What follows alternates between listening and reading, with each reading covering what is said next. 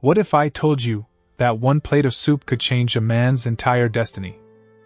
This is not a fairy tale. This is not fiction.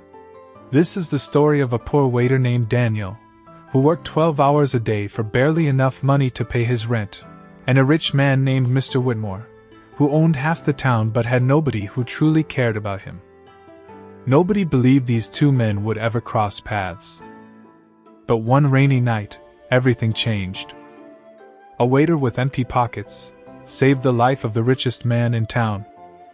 And what happened after that will teach you something about life that money can never buy. Stay with me till the end, because this story might just change the way you look at kindness forever. A waiter saved the richest man in town. The problem. Let's go back a few months before that rainy night. In a small town called Ashford, there was a modest restaurant called the Green Table.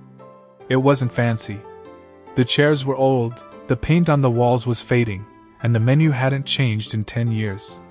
But it was clean, warm, and always smelled like fresh bread. Working there was a 26-year-old man named Daniel Carter. Daniel wasn't like the other waiters. He didn't just serve food. He remembered names, he remembered how people liked their coffee, and he always had a kind word for lonely customers who ate alone. But Daniel's life was far from easy. He shared a tiny apartment with his younger sister, who was studying to become a nurse. Their parents had passed away years ago, and Daniel had taken on the role of both brother and father. Every single dollar he earned went toward rent, food, and his sister's tuition fees. He worked double shifts. He rarely slept more than 5 hours a night. And yet, every single day, he walked into that restaurant with a smile on his face. Meanwhile, on the other side of town, lived a very different man. Richard Whitmore. Richard was the richest man in Ashford. He owned real estate, hotels, and half the businesses on Main Street. His name was on buildings.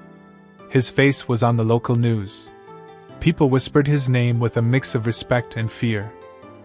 But behind the wealth, Richard Whitmore was a deeply lonely man. His wife had left him years ago, tired of his obsession with work. His only son lived in another country and rarely called. Richard had more money than he could spend in 10 lifetimes, but he had no one to share a simple dinner with. He trusted no one. He believed that everyone who smiled at him only wanted something from his wallet. And that belief was about to be tested. The night everything changed. It was a cold, rainy Thursday evening. Richard Whitmore had just left a stressful business meeting. His driver had the night off, so for the first time in years, Richard was driving himself. Frustrated and hungry, he pulled over near a small street he barely recognized, and there it was, the Green Table. He walked in, shaking off the rain from his expensive coat. The other customers didn't even notice him. Nobody in this part of town watched the business news. To them, he was just another tired man walking in from the rain. Daniel greeted him with the same warm smile he gave everyone. "Rough night out there, sir?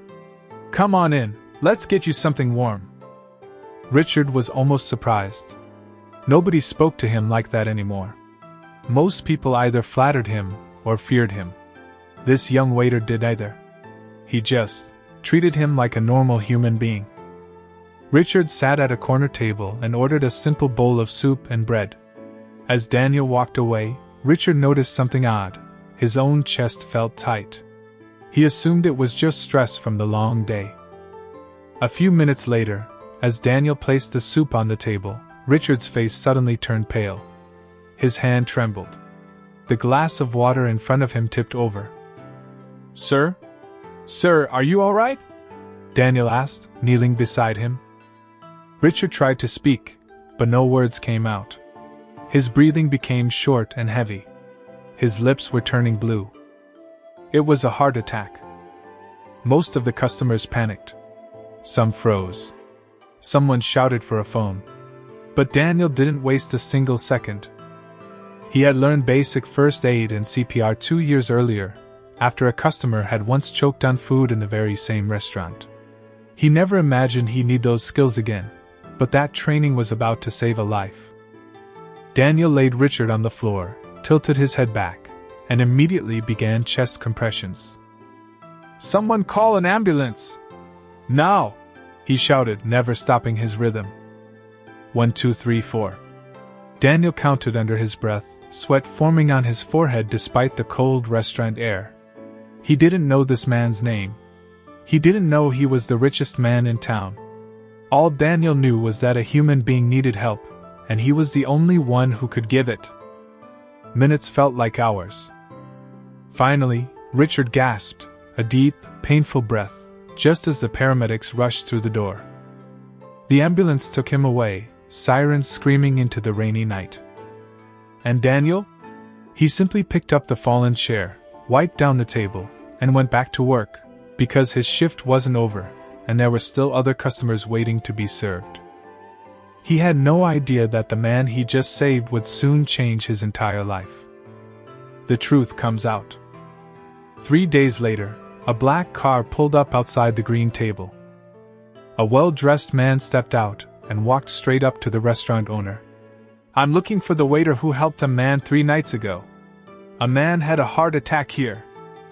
The owner called Daniel over, confused and a little nervous. The well-dressed man extended his hand. "My name is James. I'm Mr. Whitmore's personal assistant. Do you know who you saved?" Daniel shook his head. I don't know his name. I just did what anyone would do." James smiled gently. "That man is Richard Whitmore. He owns half of this town." Daniel's eyes widened in shock. He had served coffee to Richard Whitmore's name in the newspaper 100 times, but never once imagined he'd have him sitting at his own table. "Mr. Whitmore would like to see you," James said. "Today, if possible." Daniel hesitated. He had never met someone that powerful before. Part of him was nervous. Was he in trouble? Did he do something wrong? But he agreed anyway, because deep down, he wanted to know that the man was safe. That afternoon, Daniel walked into a hospital room that looked more like a hotel suite. Richard Whitmore sat up in bed, weak but alive, his eyes immediately locking onto Daniel's face. "You," Richard said softly. "You're the one who saved me." Daniel nodded shyly. "I just did what I was trained to do, sir." Richard studied him for a long moment. "Do you know how many people work for me? Hundreds. Do you know how many of them would have stopped to help a stranger, expecting nothing in return?" Daniel stayed quiet. "None," Richard said. "Not one. But you did. A man you never met. A man who never even tipped you well, I'm sure." Daniel gave a small, honest laugh. "You actually tip pretty average, sir." For the first time in years, Richard Whitmore laughed, a real, genuine laugh. The friendship that nobody expected. Over the following weeks, something unusual happened. Richard Whitmore began visiting the green table, not as a powerful businessman, but as a regular customer. He'd sit at the same corner table, order the same simple soup, and talk to Daniel whenever the restaurant wasn't busy. At first, Daniel felt awkward. What could a waiter possibly talk about with a millionaire? But Richard didn't want to discuss business or money. He wanted to know about Daniel's sister, about his dreams, about why he always smiled even after 12-hour shifts. Daniel told him honestly, "Smiling doesn't cost me anything, sir. But it might be the only good part of someone's day. So why not give it?" Richard sat with that thought for a long time. He began to realize something important. His entire life, he had judged people by their bank accounts. He surrounded himself with people who wanted his money, his status, his influence. But Daniel wanted nothing from him. Daniel had saved his life without knowing his name. That kind of loyalty, Richard realized, couldn't be bought with any amount of money. One evening, Richard asked Daniel a simple question. "What is it that you truly want in life? Not what you need, what you want." Daniel thought carefully. "I want my sister to finish nursing school without worrying about money. And maybe, one day, I'd like to open a small restaurant of my own. Nothing big. Just a warm place where people feel like family." Richard nodded slowly and said nothing more that night. But 2 weeks later, everything changed again. Part 5: The Life-Changing Gift. Richard invited Daniel to his office, a place Daniel never imagined he'd step foot in. Glass walls, a view of the entire town, and a large wooden desk that looked like it cost more than Daniel's entire apartment building. Richard slid a folder across the desk. "What is this?" Daniel asked, hesitant to even touch it. "Open it." Inside was a full scholarship for Daniel's sister, covering every year of her nursing program. But that wasn't all. There was also a set of documents for a small commercial property on Main Street, the perfect size for a cozy restaurant. Daniel stared at the papers, stunned into silence. "Mr. Whitmore, I can't accept this. I didn't save you for a reward. I don't want your money." Richard leaned forward. "I know you don't. That's exactly why you deserve it," he continued, his voice steady and sincere. "For years, people have tried to buy their way into my life. You never asked me for a single thing. You gave me something no one else did, genuine kindness, without expecting anything back. I'm not paying you back for saving my life, Daniel. That debt can never be repaid with money. I'm simply investing in a good man, because this town needs more people like you." Daniel's eyes filled with tears. He thought about his sister, staying up late studying by candlelight because they couldn't always afford extra electricity. He thought about his own dream of a small restaurant, something he never believed could actually come true. He accepted, not out of greed, but out of gratitude, and a promise to himself that he would use this gift to help others, just like he always had. 1 year later.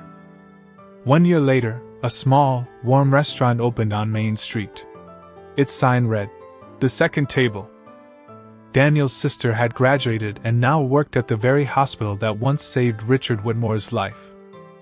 And every single week, without fail, Richard Whitmore sat at the same corner table, ordering the same simple soup, not because he was the richest man in town anymore in that seat, but because in that little restaurant, for the first time in years, he simply felt like family. The town began to hear the story. Not through the news, but through whispers, then conversations, then admiration. People didn't just talk about the richest man in town anymore. They talked about the waiter who saved him, and never expected anything in return. The lesson? This story teaches us something powerful. Daniel didn't help Richard because he was rich. In that moment, on that restaurant floor, Richard was just a man struggling to breathe. Daniel didn't see dollar signs, he saw a human life worth saving. That's the real lesson here. Kindness should never depend on who someone is, how much money they have, or what they can give you in return. The smallest, simplest acts, a warm smile, a helping hand, a moment of genuine care, can create ripples that reach further than we could ever imagine. You never know whose life you might change, simply by choosing to care. So, let's sum it up. A poor waiter named Daniel saved a stranger's life without knowing who he was. That one act of kindness, given with no expectation of reward, changed both of their lives forever. It reminds us that true wealth isn't measured in money, but in the kindness we choose to give, especially when nobody is watching. Remember this, you don't need to be rich to change someone's life. Sometimes, all it takes is a little courage, a caring heart, and the willingness to help, even when it costs you nothing but a few minutes of your time. Be like Daniel. Be the kind of person who helps without expecting anything back. Because you never know, that one small act of kindness might just be someone else's turning point. If this story touched your heart, hit that like button, and subscribe for more powerful, real-life stories like this one. Turn on the notification bell so you never miss a new story. Thank you for watching, and I'll see you in the next one.